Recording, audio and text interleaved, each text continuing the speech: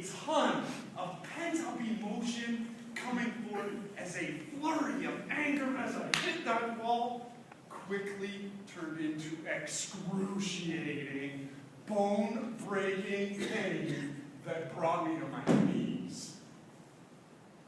Nothing was solved. Nothing was solved. Nothing changed.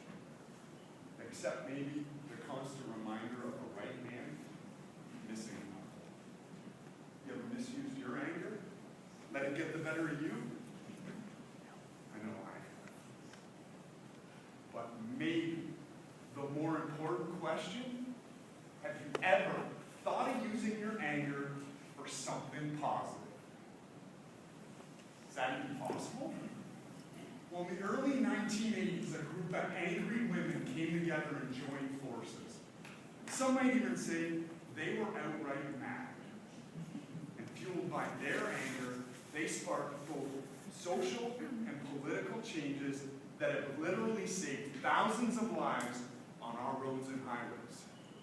Not everyone chooses to use their anger the same way Candace Lightner did when she founded Mothers Against Drunk Driving. But some people choose to use their anger as motivation. Some people choose to live angry. Mr. Contest Chair, fellow Toastmasters, and anyone who has ever been angry has probably misused it.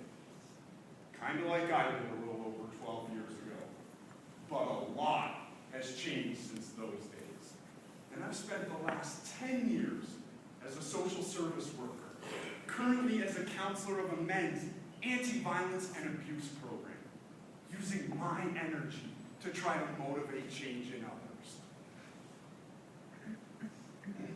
Now, on an emotional level, anger is fueled by things like fear, frustration, doggone disappointment, things we usually consider bad or unjust. But the energy of anger isn't actually good or bad. It simply exists as energy. And like all energy, once it's created, it can't be destroyed. It just has to be dealt with. What you choose to do with it determines if it's good or if it's bad. Now, anger energy creates a sense of power and control in a situation where prior, those positive motivating feelings didn't exist. And those feelings of power and righteousness that we can all channel can help us motivate to challenge and change difficult interpersonal and social injustices. And if you handle it correctly, your anger can actually motivate others to help you win your cause. The Wichita State Shockers. Anybody heard of these guys? Because they're doing it right now.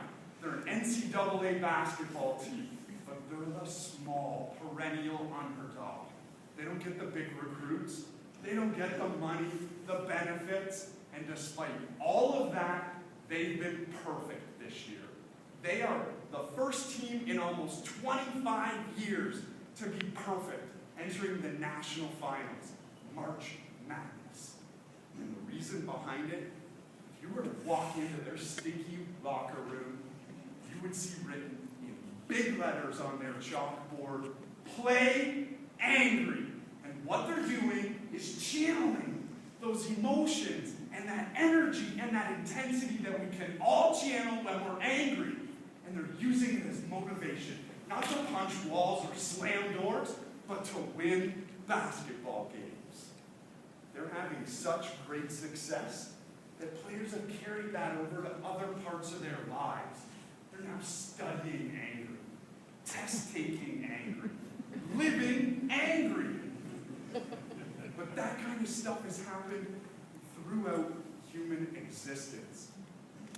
Jesus Christ, Gandhi, Martin Luther King Jr., Jackie Robinson, even Mother Teresa. Think about the challenges, the oppression, the difficulties that they faced. They were hurt, frustrated, disappointed, And despite all of that, they use their anger to spark social and political changes that have made our world a better place. I'm not asking anybody to sacrifice their life or go on a hunger strike, but look deeply into a situation that angers you. How might you transform that energy into motivation, into a solution, into change? And if you're not angry about something, why not? Doesn't it make you angry every time you hear about a child being harmed or abused? Doesn't it make you angry when you hear about another life lost on our roads and highways because people still haven't figured out that it's not okay to drink and drive? Doesn't it make you angry that they haven't found a cure for things like cancer and other diseases? Because I know it sure angers me. I lost my best friend last year. But I will walk, and I will run, and I will hike for a cure. Because I'm using my frustrations to try to find a solution. I'm using my hurt to try to cause change. And I'm using my anger energy to try to move mountains. Even when I get up here and speak, I speak angry.